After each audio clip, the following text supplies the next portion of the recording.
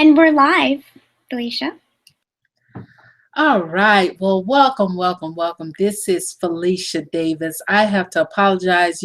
Technology has a mind of its own. It's wonderful that we can do these things, but really, technology is always in control. And so we're going to get started this evening. We're going to start by, we're still having a little bit of technical challenges on Sonia's end. So we have her dialed in by audio so that we can get the party going, and then if we're able to work through challenges, you'll get to see her lovely face as well. And so again, welcome to tonight's virtual happy hour. I'm Felicia Davis. I'm the founder of Joyful Transformations, a leadership and training organization for women. I am also a very happy and certified leadership ambassador for Take the Lead. And I'm happy to sit in as a guest for my friend Gloria. She's out having a good time traveling out of the country with her husband. And she asked me to sit in. I was excited and nervous at the same time when she asked me to sit in because I have big shoes to fill. And but I'm happy to be here with my friend Sonia. Now tonight we're going to be talking about leadership and sisterhood. And Sonia is the founder of the Sister Accord movement. And so there's no other or no better woman to have this conversation with. And we here at Take the Lead, we actually call sisterhood Sister Courage. It's all about really being here to support one another as women on our journeys to leadership. And there's probably no one who, like I said, who understands this better than Sonia. And so just a little bit of background around how I know Sonia. When Gloria asked me to do this, she also asked me to tap into my network to see, who would be good to invite to join us on this conversation. And some background around my story with Sonia is, I saw Sonia, really met her online, as we meet a lot of people now. I initially met her online. I saw what she was doing. I love the spirit of sisterhood. I love the authenticity that she brings to everything that she does. And more importantly, I love that she truly is committed to helping us grow in sisterhood and in leadership. And so I had an event last year that I do every year, a women's retreat, and I brought her out, and everyone absolutely loved her. They loved her. They loved her story. They loved her content, and they loved her spirit. And so when I was thinking of who to invite to this conversation, especially given the topic that we're talking about, Sonia was the first person to come to mind. But before we get started, I want to share a little bit about what we do here at Take the Lead. Our mission here is to really have gender parity for women by 2025. We do this in 4 different ways. We have our teaching programs, we have our mentoring support programs, we have a collaborative movement building with which presents events like this one tonight, and we bring you inspirational women who share their story and tell you how they made it. And you can get the latest on our courses, our workshops, our keynotes, and our training programs for your organizations by joining our website at taketheleadwomen.com. Now, I want you to remember that you do have an opportunity. Although Gloria is not here, she's here with us in spirit. And remember, when you registered for this in advance, you're entered to win a free complimentary Google Hangout mentoring session with Gloria Feltz. So be sure to mark your calendar for the second Wednesday of every month at 6:30 p.m. Eastern Time. We're actually going to announce our winner at the end of this call. So be sure to stay on until the end. I want to encourage you to start sending in your questions now for Sonia. Be sure to let us know who you are and where you're tuning in from by setting your name and your location right under the video stream so that we can make sure that we acknowledge that. To use the live video chat, click on that pencil, then type in your name and your location, and just click OK, and that will set your name and location for as you're chatting in the live stream. And we'll take as many questions as we can get through during the hour, but please don't be shy. Start sending them in now. And nothing is ever complete without social media. So if you prefer, you can tweet your questions over our live tweet during this chat. You can help spread the word that now is the time for women to take the lead using the hashtag 25 not 95. That's the number 25 not 95. You can use the Twitter handles, Take the Lead. My handle is at Felicia Inspires, and you can find Sonia at the Sister Accord, at THE Sister Accord. And remember, you can always stay connected with us following us on Facebook. We're on LinkedIn at Take the Lead Women, and we're on Instagram and Twitter as Take the Lead Women. So without further ado, let's get started. Grab your favorite cocktail or mocktail, as Gloria likes to say, a glass of wine or a cup of tea, and let's jump right in. So I'd like to take a moment to officially announce Sonia and just tell you just a little bit about her. I'm not going to tell you a lot because I really want her to share a little bit more of the backdrop of who she is and how she became the woman that we see today. So she's the founder and author of the Sister Accord, the promise that will transform your life, which has become a global movement centered on power of loving, trusting, loyal relationships and transforming every aspect of the lives of girls and women. She was named one of Essence Magazine's Women of Power, Bloomberg Report's History Makers, and she's received numerous other awards, including a nomination for the 2013 NAACP Image Award. Thanks for joining, Sonia. I'm so pleased to have you. Are you there?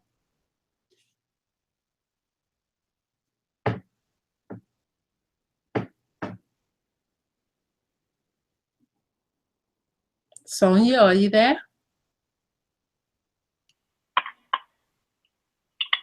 Here, can you hear me? Oh, yep, there you are. How are you?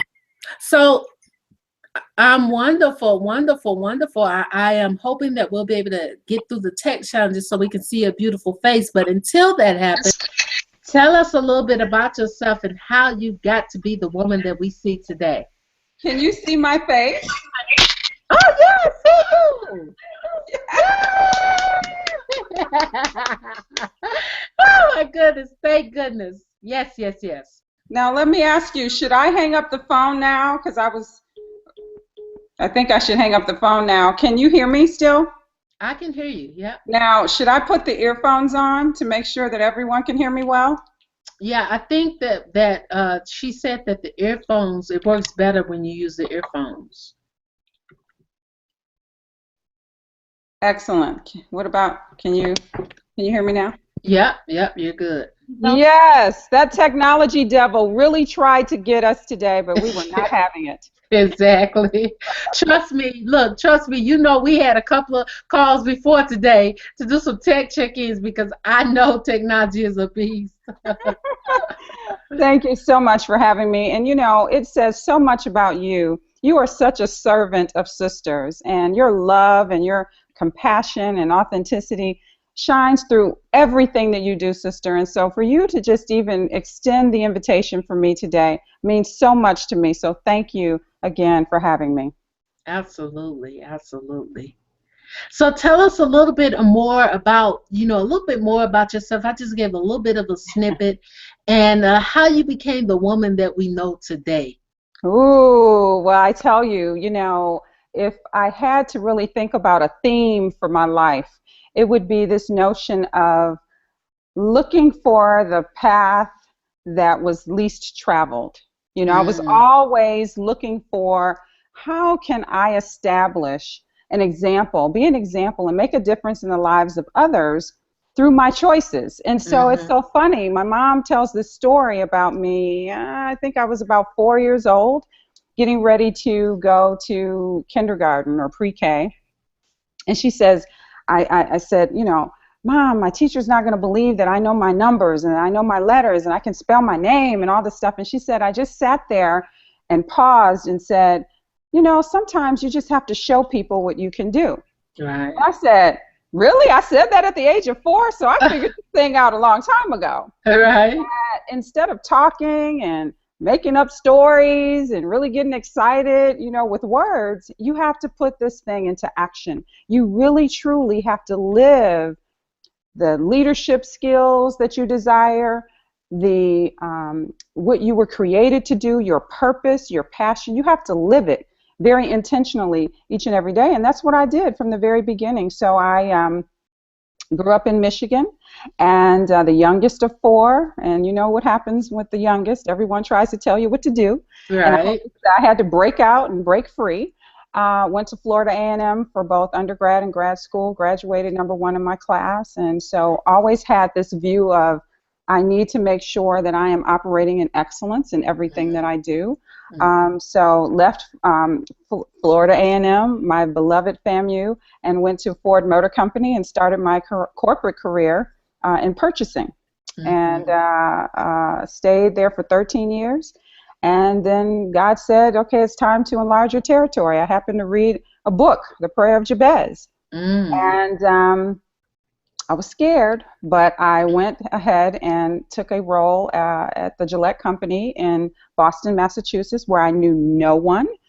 And it was just amazing because that was the beginning of me really understanding that when you walk in faith, right, everything will be added unto you. Everything that you need will be added unto you. And so I had an amazing experience at Gillette, and then Procter & Gamble bought Gillette. Didn't expect that. Didn't think that that was going to happen, but it did, and I had to prepare for it. So you have to be able to navigate the curves that are going to come and show up in your life, and that is what I did. So my last job in corporate America was with Procter & Gamble, an amazing company, managing $6 billion in spend. Amazing job, amazing level of responsibility, and I was afraid to actually leave that and walk away from all of that money to really do what I was created to do. And oftentimes, sisters, we will believe and think that because we're successful at something, that's what we should be doing. Right. Not always so. Right. So I was successful in corporate America, but that was not what I was created to do. And I had to go on this journey from fear to faith to really dream walk and bring my dreams to life with a sense of urgency because the world was waiting for it.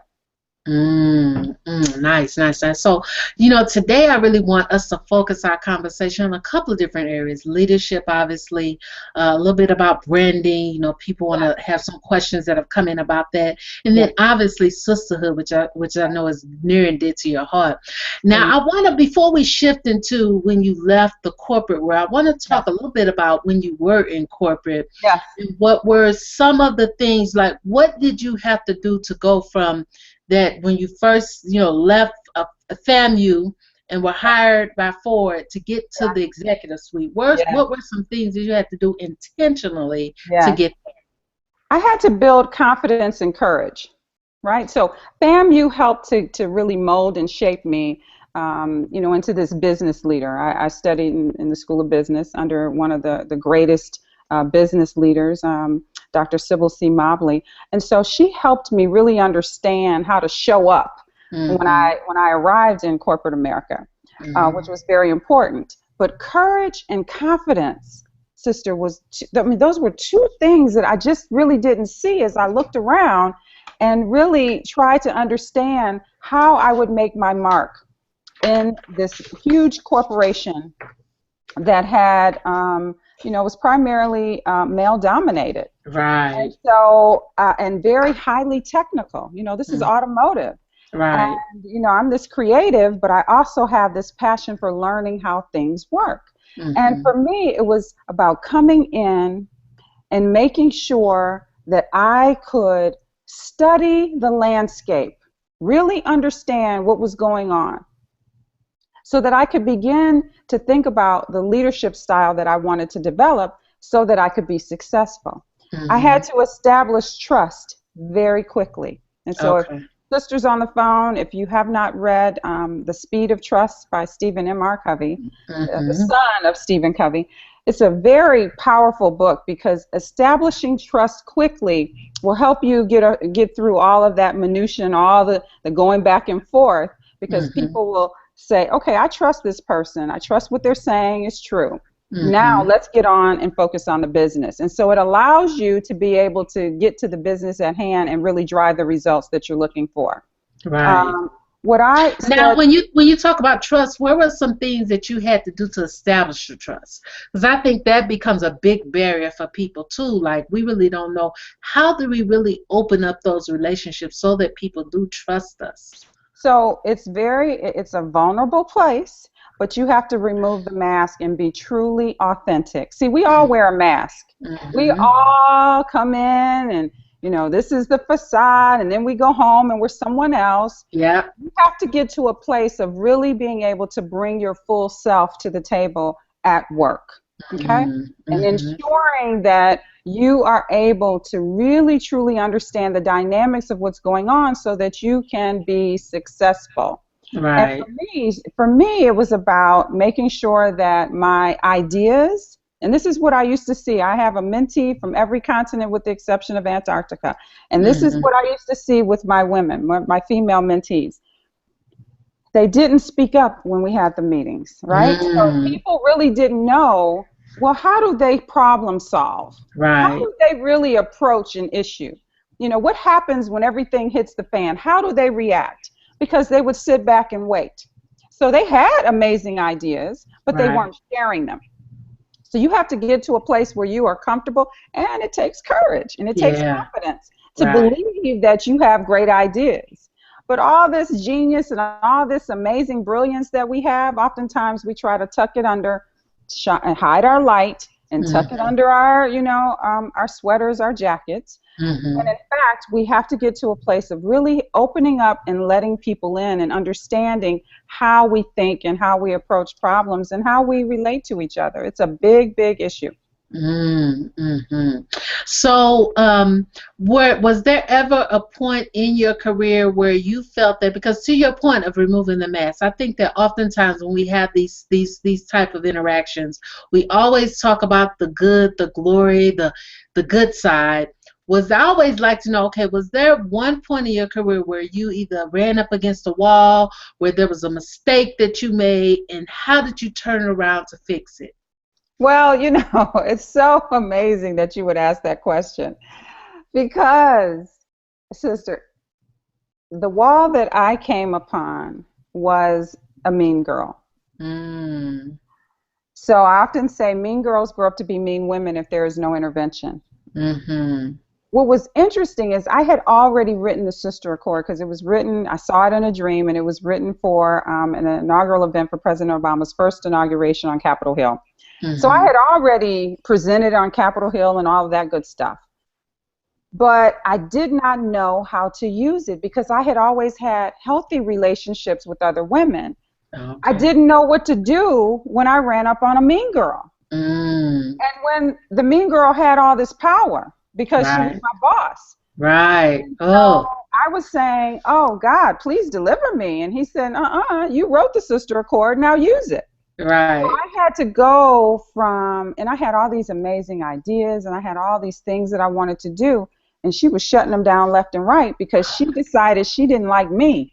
This is what we do to each other. See, men are very different. They may not like each other, but they'll still support each other and, give the support that they need for an idea to make it go farther. For us, we try to take each other out. Okay? And so this woman was saying all these things, and I said, now, wait a second. I have had this long-standing history of excellence over and over and over again. Why would that change all of a sudden? But guess what? For a nanosecond, I almost believed what she was saying about me. So you see that you understand the power of what happens with our words and our actions in the workplace. That is really important for us to make sure we are not operating from a mean girl perspective, because it is damaging people's lives. It's damaging people mentally, emotionally, dis-ease. I talk about dis-ease all the time. We got, women with getting, strokes and heart disease, so all of those things happen because of all that stress. And so we have to be careful with how we're treating people, especially as leaders, so that people can really rise above and go to their next level of excellence without us encumbering that. But that's what happened to me, and it was a very painful process. But guess what came out of it? The birth of my movement. My movement went to another level because I forgave someone who was trying to destroy me. Yeah. That's so amazing. It is so true. And I really want to talk about that a little bit more. But before we go there, I read this study that said that every 10 years for women, about every 10 years, we have a turning point where we're like, oh, something's missing. I need to do something else. I'm not feeling fulfilled. And Yeah. so I imagine for you at the point where you decide to transition out of corporate, that must have been your that 10-year mark for you. So talk a little bit more about that, because you spent a large part of your professional career in corporate.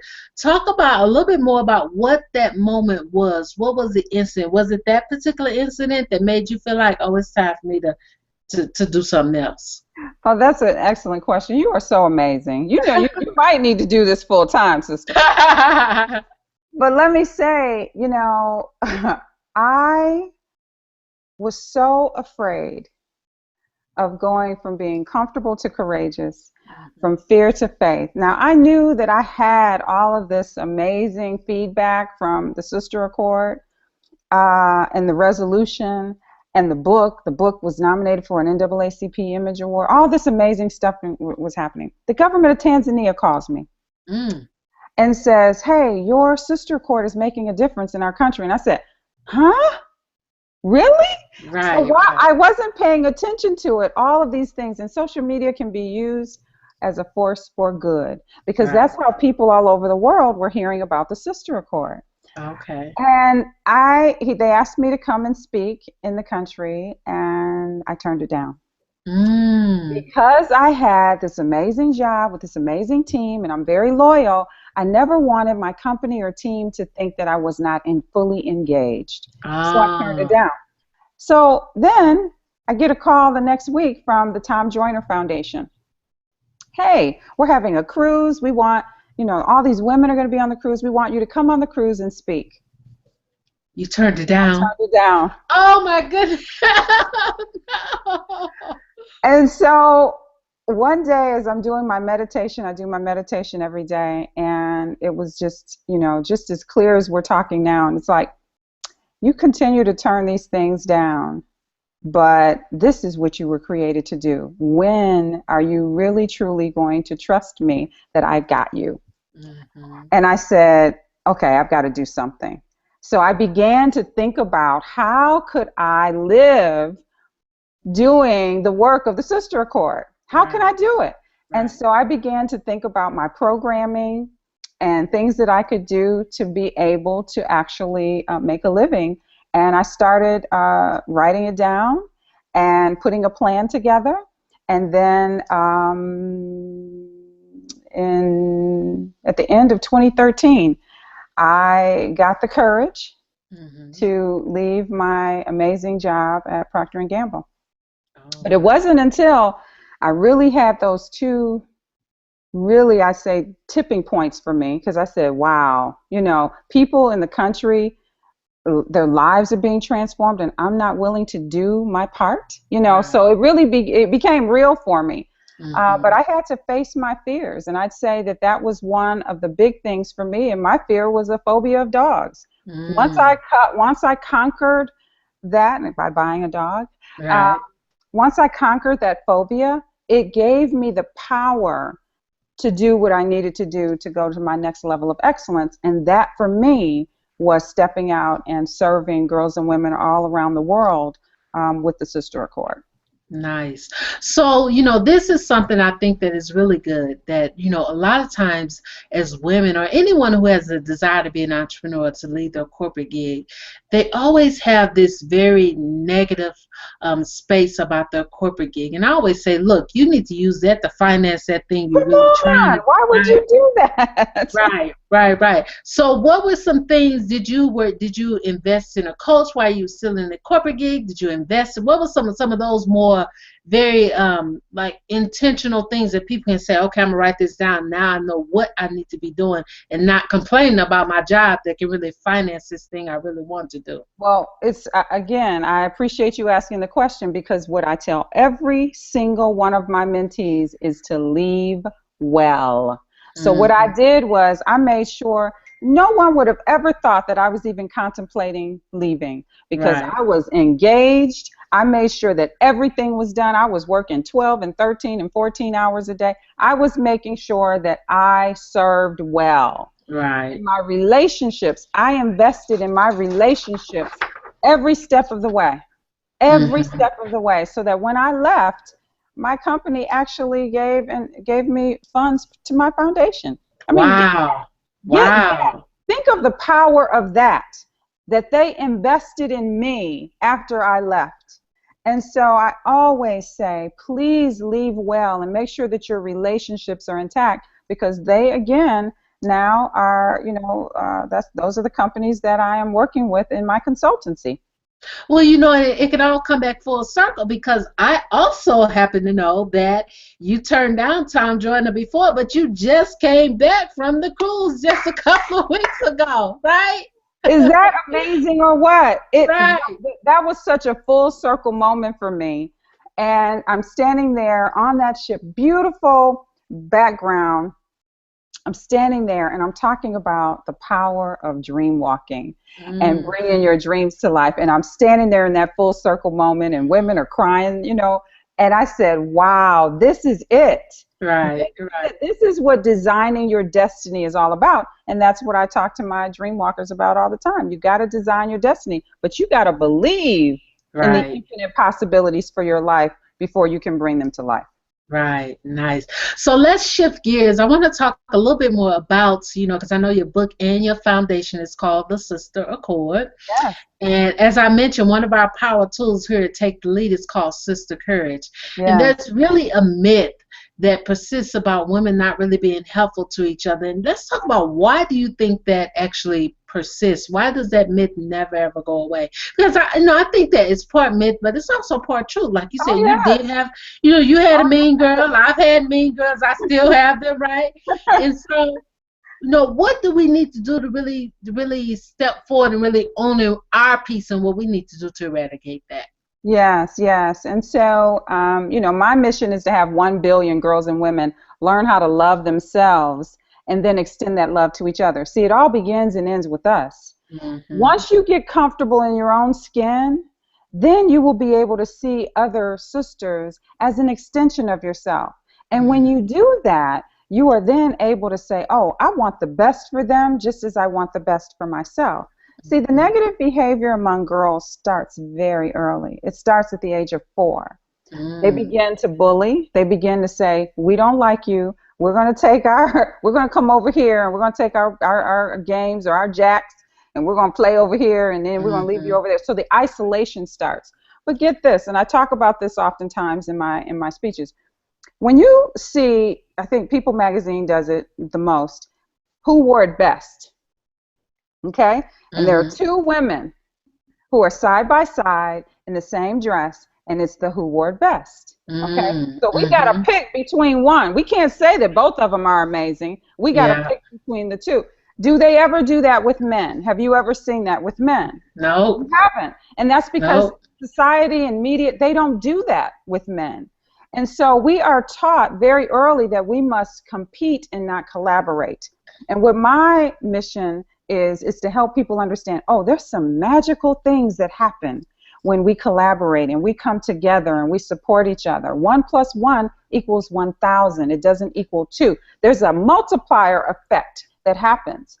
But you've got to, again, be right. If you're broken and all messed up, then it's going to be very difficult for you to see your sisters as an extension of yourself and wanting to really, truly collaborate and go to that next level of excellence. That is really what the competition is. We're not in competition with each other. Right. We're in competition with that next level of excellence. And if you are focused on pursuing that, oh my God, amazing things happen. And so it really begins and ends with us. Right. Nice. So your book, which is beautiful, I love it. It's beautiful.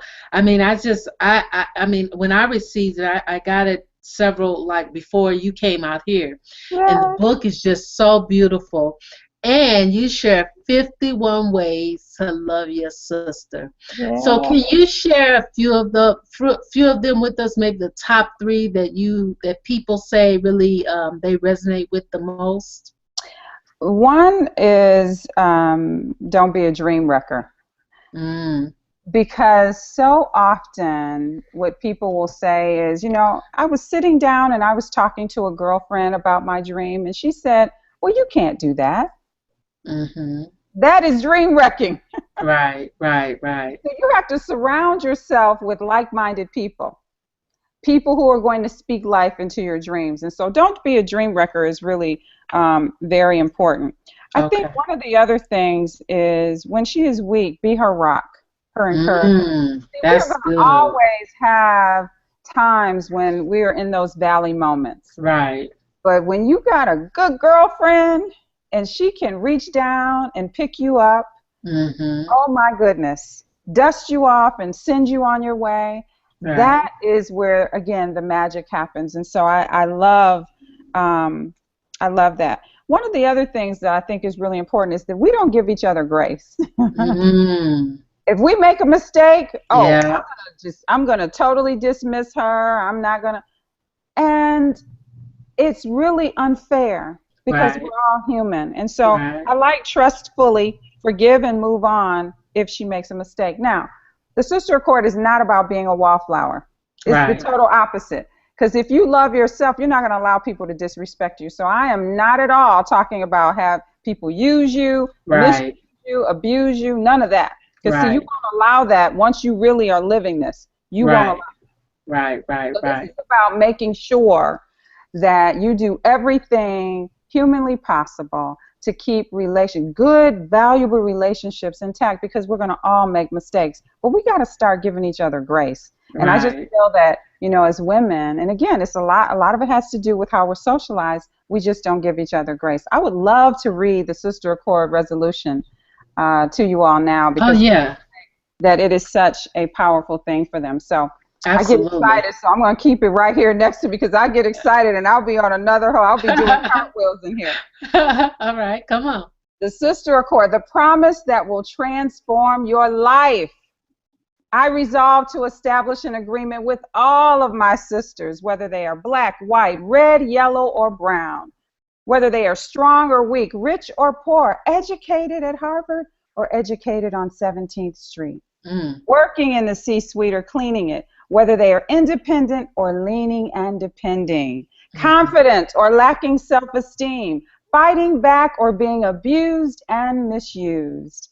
I will uphold this commitment to my sisters. I resolve to be honest and truthful, be supportive of your dreams and aspirations, be forgiving, be loving and kind, be in prayer for you. Be thoughtful with my words, ensuring that our every encounter and conversation is uplifting. Be courageous and bold to set good examples for your daughters and sons. Remain loyal and faithful to our friendship. Remain your shelter in the time of storms, your confidant. Remain your cheerleader, being your source of inspiration. Remain diligent in taking care of my health and reminding you to focus on yours. Refrain from judging. Refrain from negative thoughts and words about you. Refrain from self-doubt and the words I can't, because remember now we know, yes, we can. Refrain from thoughts that put limitations on you and me, because you are my sister. The time is now. Our children are depending on us. We can't wait. Time is of the essence. We have so much work to do. We can change the world. You are my sister, my friend, my confidant, and my strength. And this is our commitment to each other. I love it. I love it. I love it. Now, is this the one? I think this is the one that they can download. You sent this one over, right? I believe I sent that one over. If I didn't, I will make Make sure sure. that I can. I know I sent the Dreamwalkers Creed. Creed. Okay. Okay. Yeah. So they can download that at the link. So good. Good. Good. So I'm glad. Awesome. Awesome. So let's talk a little bit about women who have influenced you, women who have really had a major impact in your life. And was there one in particular? And can you share some advice on what you received from her? Yeah, I'd have to start with my mom. See, Mm. because, a lot of women who come to my sessions will say, my mom didn't have healthy relationships with other women, so I never thought it was possible. And my grandmother didn't. So I have people who say, I have legacies of women not getting along. And Mm. the stuff you see on TV, that's my family. So Right. people, this stuff is real, right? Right. Right. So what my mom did for me is she was such an amazing friend. And I just observed how she interacted and how she supported and took care of her friends. And I said, I want some of that, because I saw how fulfilling it was in my mom's life. And so she was Mm-hmm. my first role model in terms of healthy relationships with other women. And then Mm-hmm. when I went to Florida A&M University and was recruited by Sybil C. Mobley, Dean Sybil C. Mobley, this lady wrote a letter that changed my life. Mm. In this letter, the salutation was, "Dear Superstar." Nice. And I said, "Superstar? I've been Right. called lots of things in my life. I've Never never been so. called a superstar." Right, right, right. And so she really helped me to begin to believe that I could be a superstar. But it Mm-hmm. wasn't until I sat at the feet of this amazing woman, and she was a businesswoman. She was on all these corporate boards, and she was my business shero. I Mm. absolutely loved her, and she passed away last year. Mm. But she was very, very instrumental in what I'm doing today. I know it's everything that she poured into me. Nice. So now, over the course of your career, because I know for me personally, over the course of my career, like I went from HR assistant to HR executive, Hmm. but Hmm. really over that path, the people who really pulled me forward more really honestly were men. And so for you, what did that look like for you? Was it a mix of men and women, or was it mostly women, mostly men?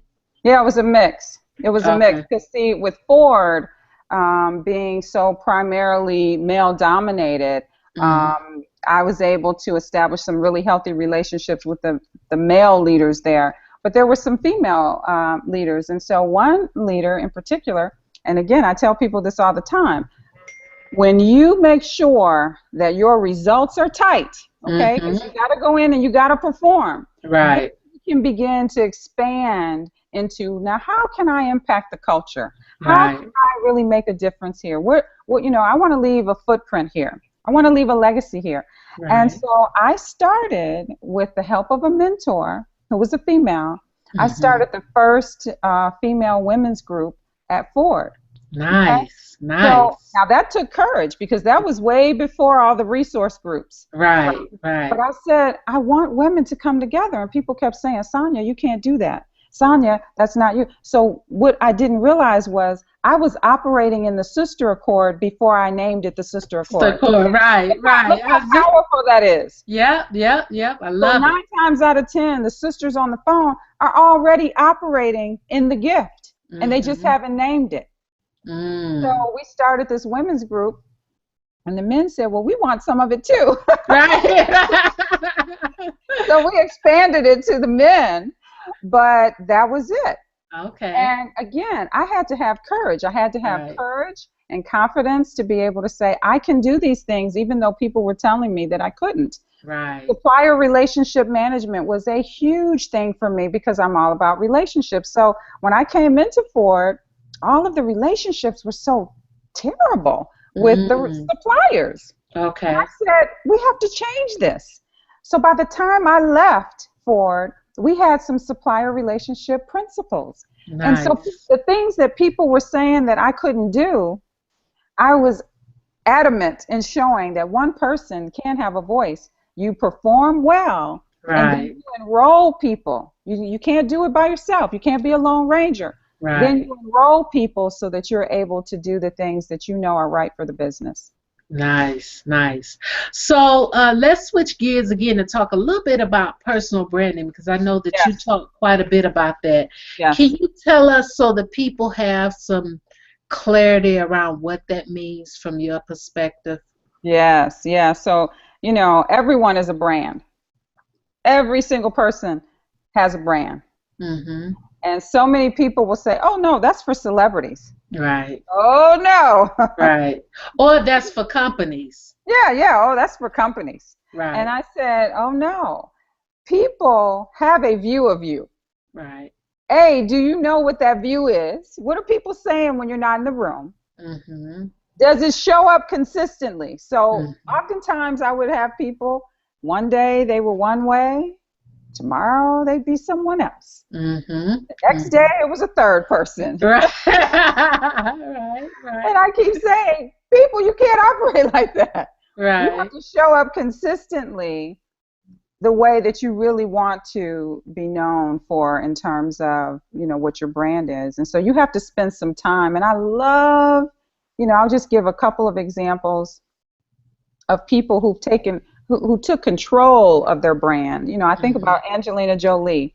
At one point, they were calling her the wild child. She and her husband were drinking each other's blood or something crazy, right?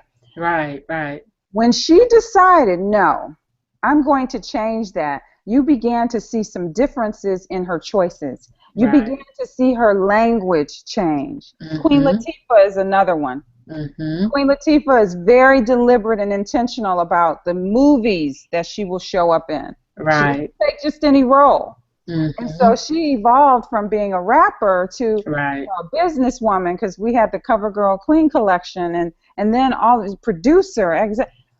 You can shift and evolve your brand over time, but you have to be very intentional with it, and not just allow it to become what other people think it is, but rather what you want it to be, and then envelop your language. Everything has to line up. Your language, how you dress, how you show up. You can't say, I want to be this amazing businesswoman, but then, your entire body is always showing. Right. So the two won't line up, and so you just have to be very cognizant of when you describe. And I tell people all the time, write down the words that you would say. I want to show up as a business person. I want to show up as authentic. I want to be this. I want to be that. Write those words down and begin to think about, how do I line up with what I've just written? How does my walk align with my talk? And that's going to be very important for the leaders, all the leaders who are on the phone, because as they attract millennials are a very interesting group. I think I'm 21, so I hang out with all the young people. Right. And if your walk does not align with your talk when it comes to millennials, they're out of there. Okay, so it'll be very difficult to retain them. And so branding and ensuring that your culture and your organizations, for those of you who are leading organizations, make sure that all of that aligns very well. But start with your personal brand, and then make sure that you can set the stage and the environment for other people to excel and be their version of their excellent selves as well. Right, nice. It's so funny because my daughter took me out to breakfast this morning, and she's a millennial. Yes. And we were just talking about that, because she graduated college last year, and she's working, a couple of jobs. And I told her, okay, you've been on this one job for so long. Now it's time for you to start extending and building relationships. Like exactly, you know the job now. Now you really got to start really making yourself known. Exactly. You know what I mean? Exactly. So, I love this. So, I know that one of your areas of your consulting practice is all about leadership development. So, where do you think leadership fits in with our dreams? I know you have this dream walking process that you take, women through, or people. You work with women and men, right? And men, exactly. Yeah. So you have this dream walking process. I know you're going to talk about a little bit later. But where do you think leadership falls in line with that whole process? It's so important to make sure that you take control of your life. Part of being a leader means that you stand up and you do the things that you need to do. And so I call it designing your own destiny. There is an Apple video that I use as I'm talking to folks.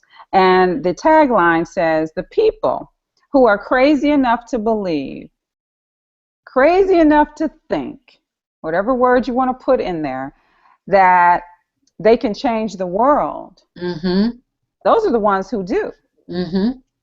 So you've got to believe in the infinite possibilities for your life as you begin to think about what your dreams are, what your goals and aspirations are. Now, some of the people that I come in contact with will say, I just stopped dreaming. It's too painful. 9 times out of 10, though, sisters and brothers, if we have any on the phone, you are already operating in the gift, because the gift comes naturally to you. What is that thing that you do that comes very natural to you that you can do in your sleep?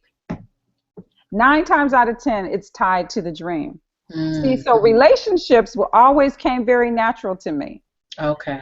I just thought that was just That how was I just the was. thing to do, right? Exactly, exactly. Right. I did not realize that it was tied to what I was created to do. Okay. And Nice. so, what I, often say, part of being a true leader is making sure that you are self-aware, and that's what dream walking really the foundation of dream walking is being self-aware and Mm-hmm. being really clear about the things that have held you back in the past, being willing to purge them, and Mm-hmm. being willing to then now put a plan together and soar and go to your next level of excellence. Once you are focused on that, I'm telling you, you don't have time and you will not allow other people to waste your time, and you won't waste your time. And so Mm-hmm. the piece for me about leadership is really being a driving force in designing your destiny. And that's what the Dream Walking program is. It takes your dreams from your heart to your head, to your Mm-hmm. hands, and ultimately to your feet where you're designing your destiny. You're walking it out, right? Walking it out, sister, walking it out. Awesome, awesome. So listen, I just want everyone to know, since we started a little bit late, Sonia, if you have an extra maybe 7 minutes, we'll Oh, kind of yes. a couple minutes because we have some questions coming in. I want to Yes. make sure that we can get as many as we can. So I'm going to shift to some of the questions. So we have Jennifer Manuel from Sacramento, and her question is that she wants to know, in some of these mean girl conversations, Yes. how did you de-escalate the conversations from something negative to something productive? So thank you for that question. It takes courage Mm. because you've got Mhm. to take the person out of it and talk Mhm. about the behaviors Right. and how the behaviors make you feel. See, no one can ever say, well, you don't feel that way. Mhm. So when I sat down with my boss and shared with her that what she was doing was, really affecting me in a very negative way, Mhm. guess what I found out? What? Hurt people hurt people. Yes. She started Yes. crying. She started Oh. crying. So while I thought I was taking it personal, she had a bunch of things that she was dealing with, right? Right. And I thought it was personal, and it wasn't personal. I just happened to be convenient. Right. You were in the line. I'm sorry, I was in the line. Right.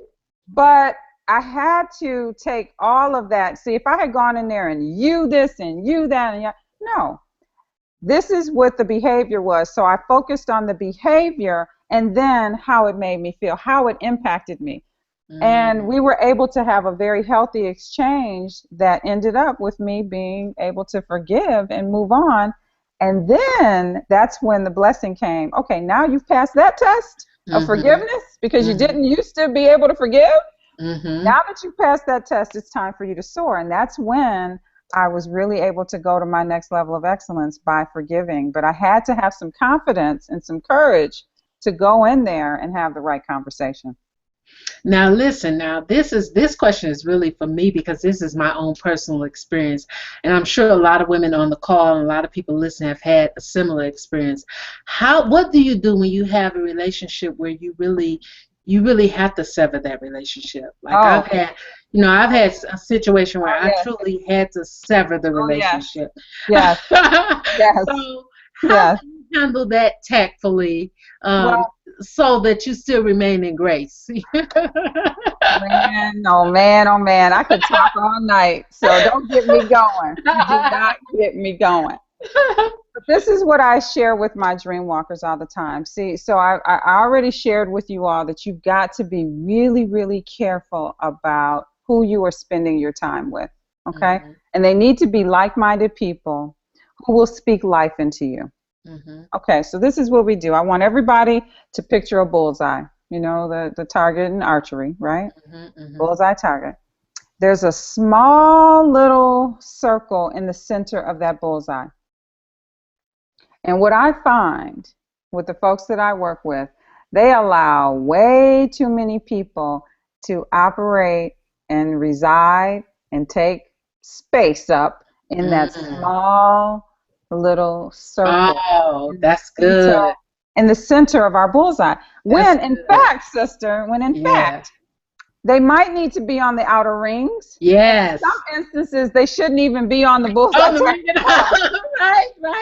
Right. But this is what we do. We make excuses for people. So in my session, I was talking to a dream walker, and she said, and I just don't know why, this person, I was so taken aback that this person did this to me. I can't believe they did this to me. And I said, I beg to differ.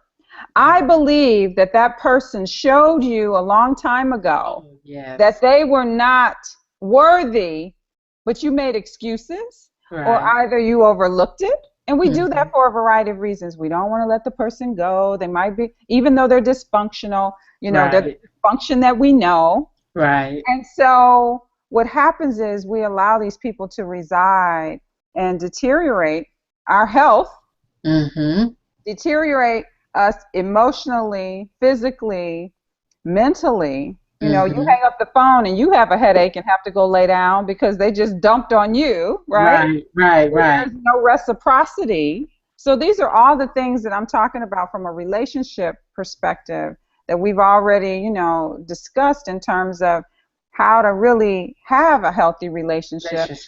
If there's not reciprocity, if there's not some healthy exchange, then you have to learn how to let it go. To release it, yeah. And that's really, that's really what I want to make sure that comes across, important. Because I want people to leave knowing that you and the sister cord is not just about hanging on to all relationships. If they're not healthy, it's a total got to release them. You gotta let it go. You gotta let it go. And there's a healthy way to do that too, so that you can move on to your next level of excellence and not holding on to all those grudges. But again, it starts with you, because you got to get to the place where you recognize, I deserve to be happy. I deserve to live a life filled with joy.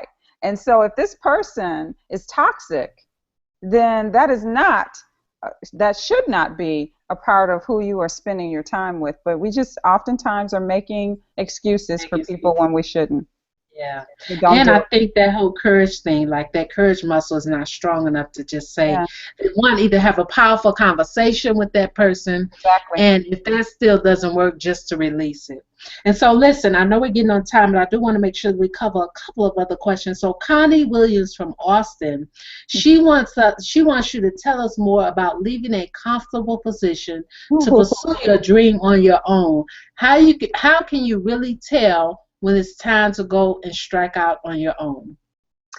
So, what happened for me was those tipping points, right? So the Tanzania call, the Tom Joyner Foundation call, I was like, if these people are really saying that this is transforming their lives, I need to do something. I had to get to a place of really understanding that there were people, born and unborn, who were waiting for me to get my act together to bring my dream to life. See, all of our dreams are interconnected and interrelated.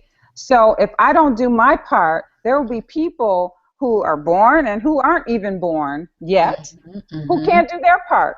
Okay, so there's that multiplier effect and the magic that I said that happens when we come together. It's really important for you to understand and begin to think about, how could I make a living? So for me, I developed something called a Sister Accord Life Integration Plan. So I didn't want, so most people would call it a marketing plan, but for me, it had purpose attached to it. How will I help people live the Sister Accord? See, dream walking wasn't even in the consideration set, so it evolved and expanded, from there.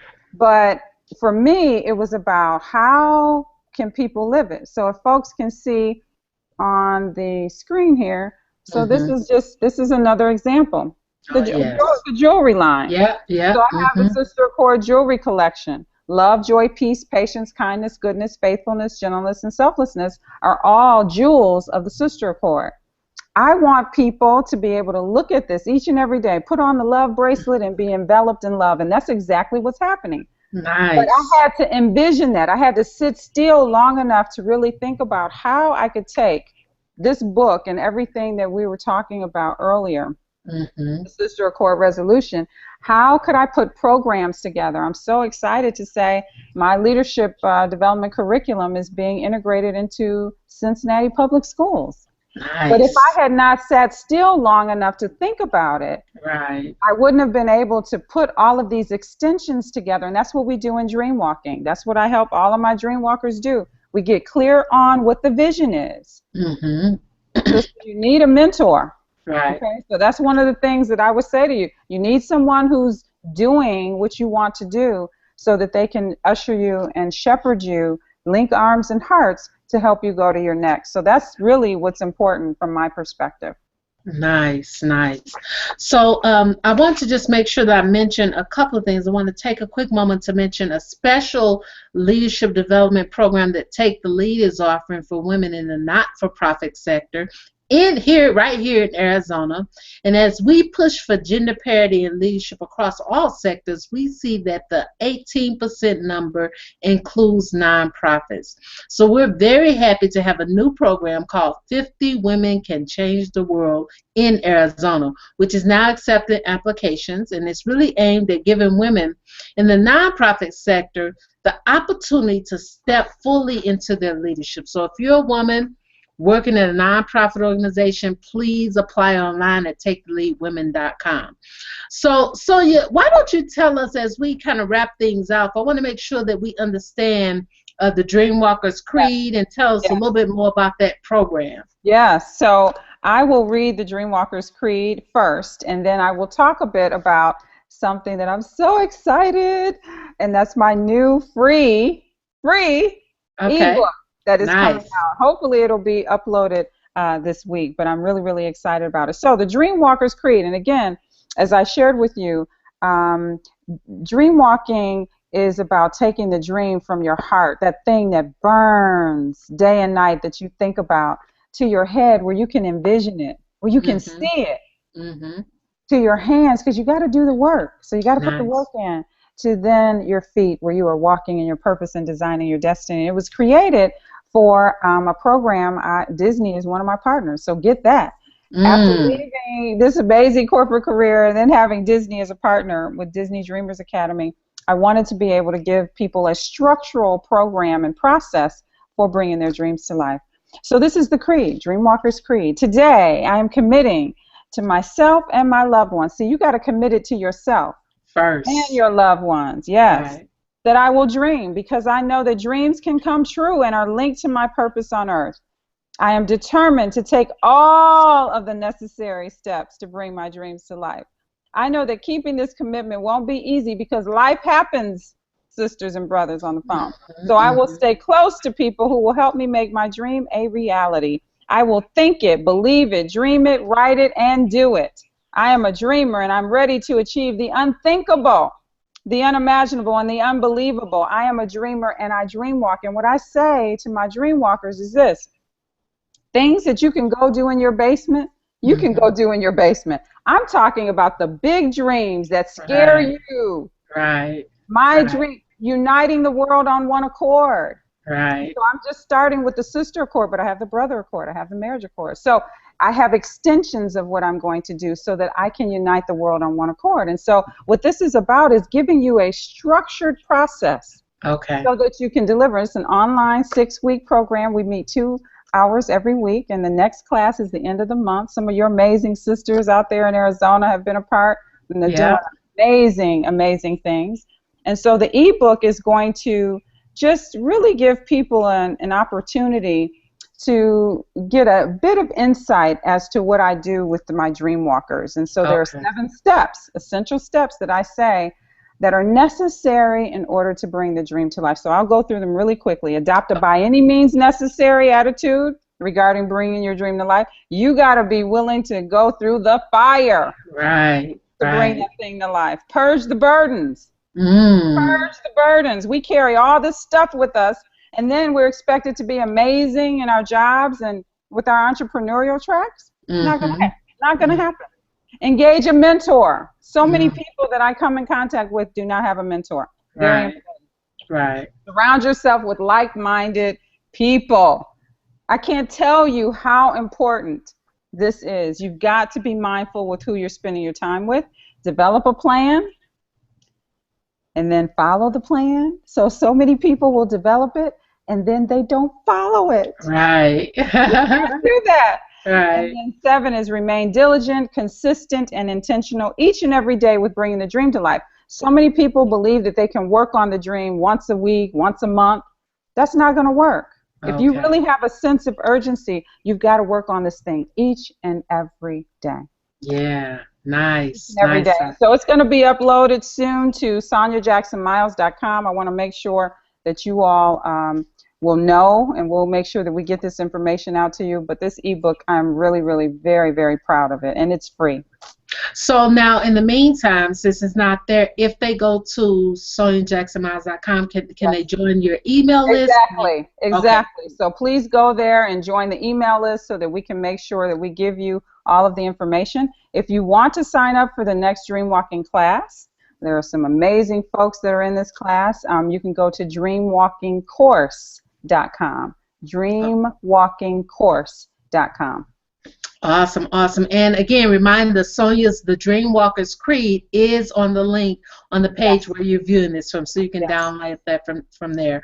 Now, I want to remind you to mark your calendar for Wednesday, June 8th for our next virtual happy hour next month, and Gloria will be back, and she will be joined by Carla Goldstein. She's the co-founder of the Omega Women's Leadership Center at the Omega Institute in New York. And so as we wrap up, Sonia, I have one final question for us. Yes. What is your personal go-to song or quote that gets you powered up to achieve leadership parity by 25, not 95? Oh, I absolutely love you. Absolutely love you.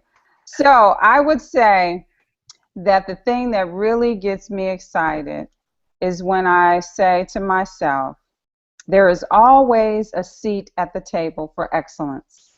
Focus on being excellent. Love it. Focus on being excellent in every aspect of your life. I'm telling you, it works. Nice. And then you're not focused on the stuff, all the noise and all the stuff that gets in the way. You will be able to soar and bring your dreams to life with a sense of urgency. Nice, nice, nice. Well, listen, I want to thank you so much. It's always wonderful to, really fellowship and, have fun and hang out with you. So I want to thank you. I want to make sure that everyone remembers to, go to Sonia's. You want to give us the web links one more time, Sonia, so folks have them. So there's the Sister Accord. So you got to put the in there. The Sister Accord, ACCORD.com. And that will have all things Sister Accord, programs and tea parties, and you'll get a chance to see all the things that we're doing there to really make a difference in the lives of girls and women. Dreamwalkingcourse.com. Dreamwalkingcourse.com is if you're interested in signing up, learning more about dream walking and signing up. And the next class starts at the end of the month. And like I said, it's 6 weeks online, all taped and really very convenient for you. And then my website where the ebook is going to be, but there's also some other information there, is SoniaJacksonMiles.com. And that's SONIA Jackson, and then Miles is MYLES. I am on Twitter, the Sister Accord. I'm the Sister Accord on Instagram. I'm on Facebook, the Sister Accord. So please follow up. Let me know how I can serve you. Awesome. Yes, and you're very social, so you guys should definitely follow. So she's social. So before we close, I want to make sure that we announce the winner of the coaching Google Hangout coaching session with Gloria. The winner is Teralyn Frescari Molina. Teralyn Frescari Molina. You can expect an email from us this week to sign up for your complimentary session with Gloria. And that's all we have. That's all we have. This was too short. It was too short. I know. But it was wonderful. It was wonderful. Thank you so much. I'm so glad, I always like when people can leave with tangible things that they can do something with. And I love the fact that, one thing I do want to say with this mentoring thing, you can get some free complimentary mentoring from Sonia through the free ebook, but following her on social media. But mentoring also means investing in your success too. So let's not forget about that. Right. You're exactly right. You're exactly right. You're Yeah. exactly right. And you are an amazing mentor and have some amazing programs. And so I'm really prayerful that they are making sure that they follow up with you and all the inspiration and what you are doing to make a difference in the lives of girls and women as well. Awesome, awesome. And if anyone wants to find out more about me, they can go to FeliciaRDavis.com. All right. Well, thank you, Sonia. Thank you Have a so much. great rest of the evening. Thank Thanks you. so You much. too. Bye, Okay. everyone. Bye-bye.